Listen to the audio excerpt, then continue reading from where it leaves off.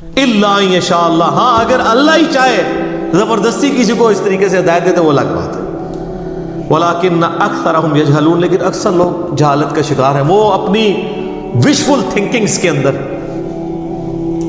امانیہم جنہیں کہا گیا ہے، وہ ان میں پھر رہے پھرتے رہے.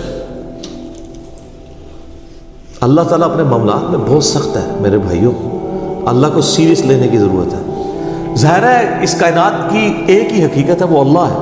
اگر اس کو کوئی سیریس نہیں لیتا تو اللہ تعالیٰ کے لیے کیا ہے؟ وہ تو اپنے نبی سے 3 دفعہ قرآن میں کہلوا رہا ہے، قل انی اخاف ان عصیت ربی عذاب یوم عظیم. اے نبی تم فرما دو کہ بالفرض اگر میں بھی اپنے رب کی نافرمانی کروں تو مجھے خود اس بات کا ڈر لگا ہے کہ بڑے دن کا عذاب مجھے بھی آ پکڑے گا. جی سورۃ الانعام، سورہ یونس، سورہ الزمر، 3 سورتوں میں یہ ایک آیت 3 دفعہ آئی ہے.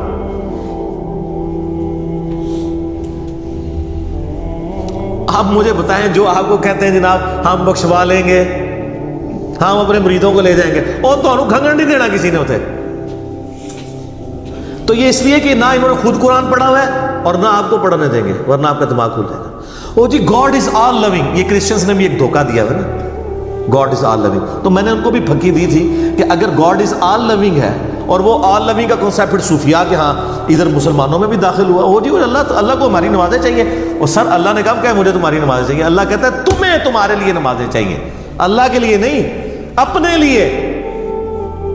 گاڈ از آل لونگ، او آل لونگ اس کے لیے ہے جو اس کا بندہ بن جائے گا، باغی کے لیے نہیں.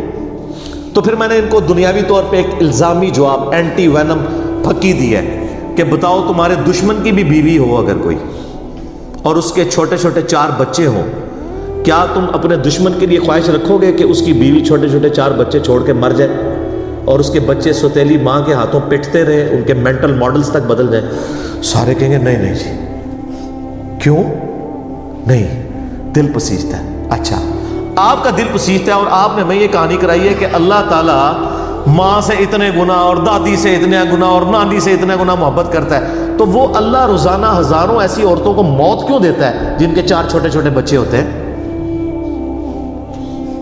اس پہ ساروں کی زبانیں گنگ ہو جاتی ہیں. اگر وہ آل لونگ ہے کیوں موت دیتا ہے؟ آپ تو اپنے دشمن کی بیوی کو بھی موت نہ دیں، وہ روزانہ ہزاروں ایسی ماؤں کو موت کیوں دیتا ہے جن کے چھوٹے چھوٹے بچے ہوتے ہیں؟ اس کا مطلب ہے آپ نے جو احساسات ڈیولپ کیے ہوئے کہ اللہ اپنے بندوں کے ساتھ یہ کرتا ہے، وہ نہیں ہے. اللہ اپنے احساسات کا اسیر نہیں ہے، اللہ کے وہ جذبات نہیں ہیں جو آپ کے ہوتے ہیں، وہ بے پرواہ ہے. ہاں جو اس کا ہو جائے نا اس کے لیے معاملہ الگ ہے. وہ صحیح بخاری میں حدیث ہے کہ جس نے میرے ولی کے ساتھ دشمنی کی میرا اعلان جنگ ہے اس کے خلاف. اور انسان میرا قرب نہیں حاصل کرتا مگر فرائض کے ذریعے اور نوافل پہ استقامت کے ذریعے اس لیول پہ پہنچ جاتا ہے کہ میں اس کے ہاتھ بن جاتا ہوں جس سے وہ پکڑتا ہے، میں اس کے کان بن جاتا ہوں جس سے وہ سنتا ہے، میں اس کی آنکھیں بن جاتا ہوں جس سے وہ دیکھتا ہے، میں اس کے پاؤں بن جاتا ہوں جس سے وہ چلتا ہے. اچھا ادھر ہی حدیث روک دیتے ہیں صوفیاء اور وہ کہتے ہیں نہیں وہ خود ہی خدا بن گیا، ایتھوں ہاتھ پائے گا انج ہو جائے گا. وہ آگے پڑھو کیا لکھا ہوا ہے، وہ جب اپنے دشمن کے اگینسٹ مجھ سے پناہ طلب کرتا ہے میں اسے پناہ عطا کرتا ہوں. اگر وہ اللہ ہی سے پناہ طلب کر رہا ہے تو وہ پھر ہاتھ مارنے جو کہتا ہوں نا یہ ہاتھ بن جاتا ہوں، پاؤں بن جاتا ہوں، کان بن جاتا ہوں، اس سے مراد یہ کہ اس کا اوڑھنا بچھونا پھر میں ہی بن جاتا ہوں. قل ان صلاتی و نسکی و محیای و مماتی للہ رب العالمین. اے نبی تم فرما دو بے شک میری نماز، میری قربانی، میرا جینا، میرا مرنا سب اللہ کے لیے. اوڑھنا بچھونا اللہ بن جاتا ہے. اس حدیث کے آگے الفاظ ہیں اللہ تعالیٰ ماتا ہے مجھے کبھی کسی معاملے میں ہچکچاہٹ نہیں ہوتی سوائے ایک معاملے کے کہ جب مجھے اپنے کسی مومن بندے کو موت دینی پڑتی ہے. اللہ کہتا ہے میں بھی اس پہ ریلیکٹنٹ ہوتا ہوں. کیوں؟ میرا بندہ موت کو ناپسند کرتا ہے. ظاہر ہے موت تو کسی کو بھی پسند نہیں ہے، انسان زندہ رہنا چاہتا ہے اور یہ اللہ نے انسان کی کوالٹی رکھی ہے کہ اسے زندہ رہنے کی خواہش ہے. اسی لیے اولیاء اللہ بھی جب خطاب کر رہے ہو نا وہاں پہ اسپیکر پھٹ جائے تو وہ بھی یوں کر جاتے ہیں لا حول علیہم ولا ہم یحزنون. کیوں کرتے ہیں؟ یہ نیچرل اللہ نے رکھا ہوا ہے. کسی اولیاء اللہ کو کہنا یہ سامنے یہ بٹ صاحب کے پاس جو بندوق بڑی خطرناک سی انہوں نے تانی بھی ہے، کسی اولیاء اللہ کو کہنا پڑھ لے کلمہ میں چلان لگو تو آپ دیکھ لیں اس کی کیا حالت ہوگی. یہ اللہ نے نیچرل رکھا ہوا ہے. موت تو اللہ فرماتا ہے کہ میں بھی ریلیکٹڈ ہوتا ہوں، وہ اپنی موت کو ناپسند کر رہا ہوتا ہے اور میں اسے موت دے کے اپنے پاس لانا چاہتا ہوں۔ پھر کیا ہوتا ہے؟ پھر تو وہ قرآن پاک میں سورہ حمیم سجدہ میں ہے نا کہ ایسے لوگوں میں پھر فرشتے نازل ہوتے ہیں، ان کو بشارت دیتے ہیں موت کے وقت۔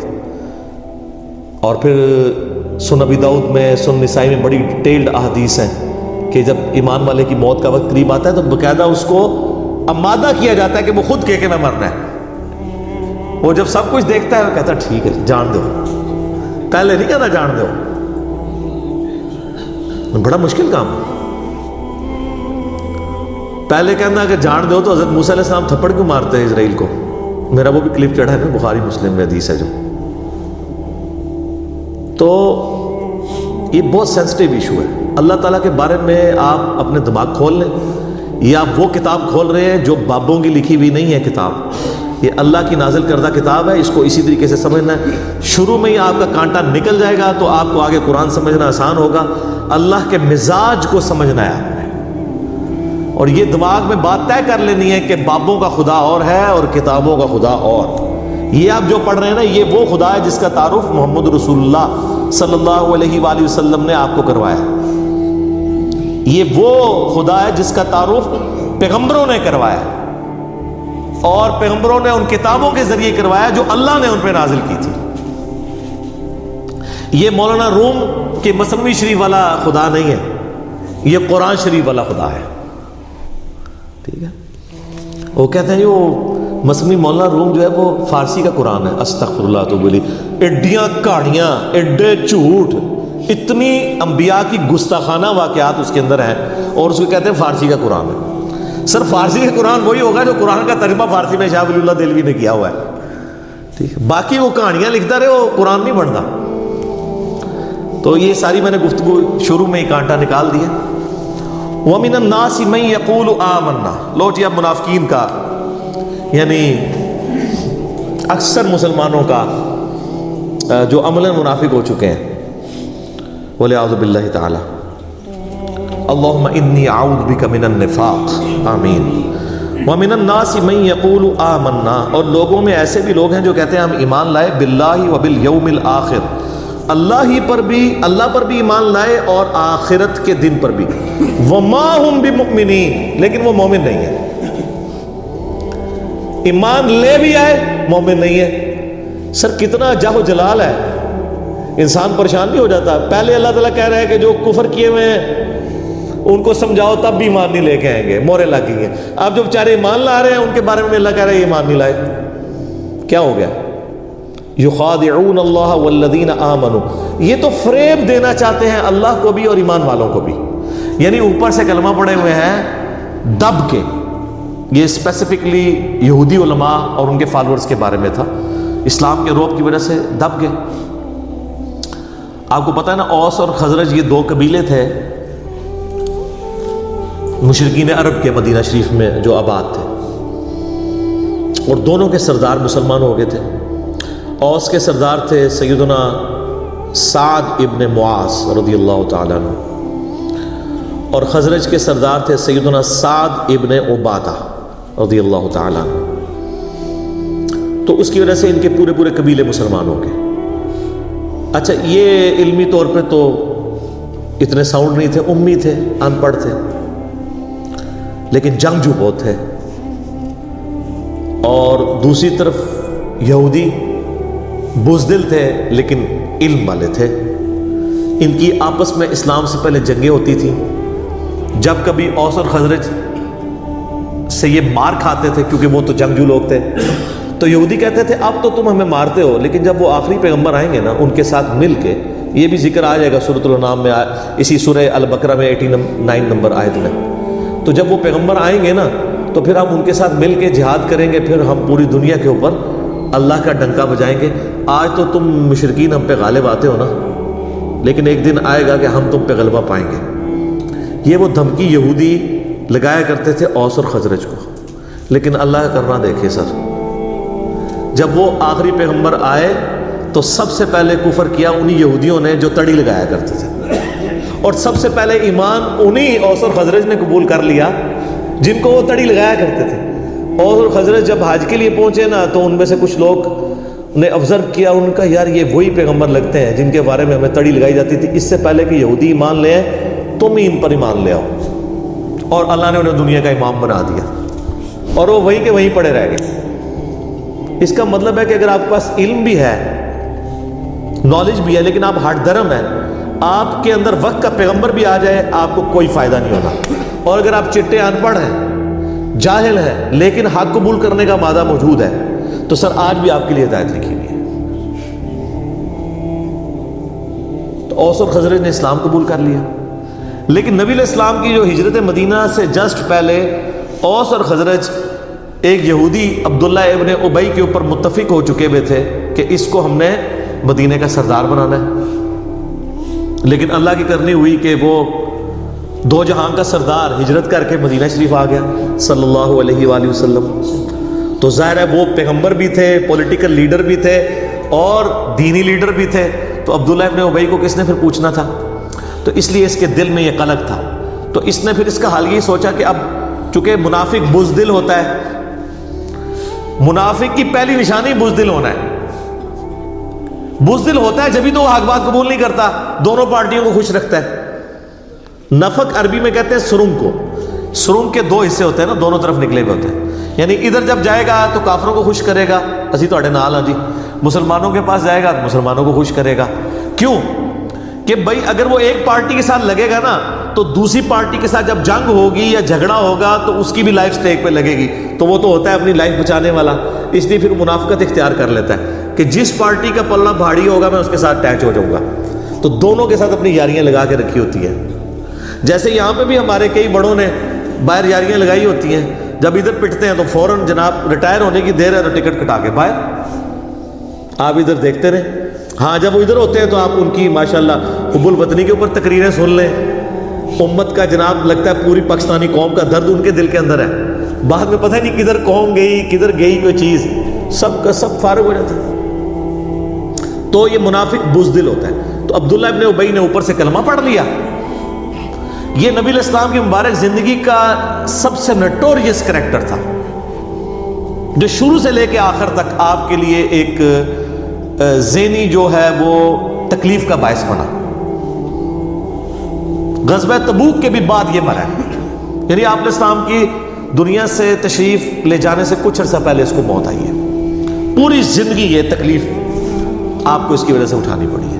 وہ تو آگے سورہ توبہ آئے گی تو پھر اس کا ذکر تو چلے گا، اتنا ذکر تو آپ ابو جہل کا، ابو لہب کا اور ابو سفیان کا جو بعد میں مسلمان ہو گئے تھے رضی اللہ تعالیٰ عنہ، ان کا نہیں چلے گا جتنا عبداللہ ابن ابی کا۔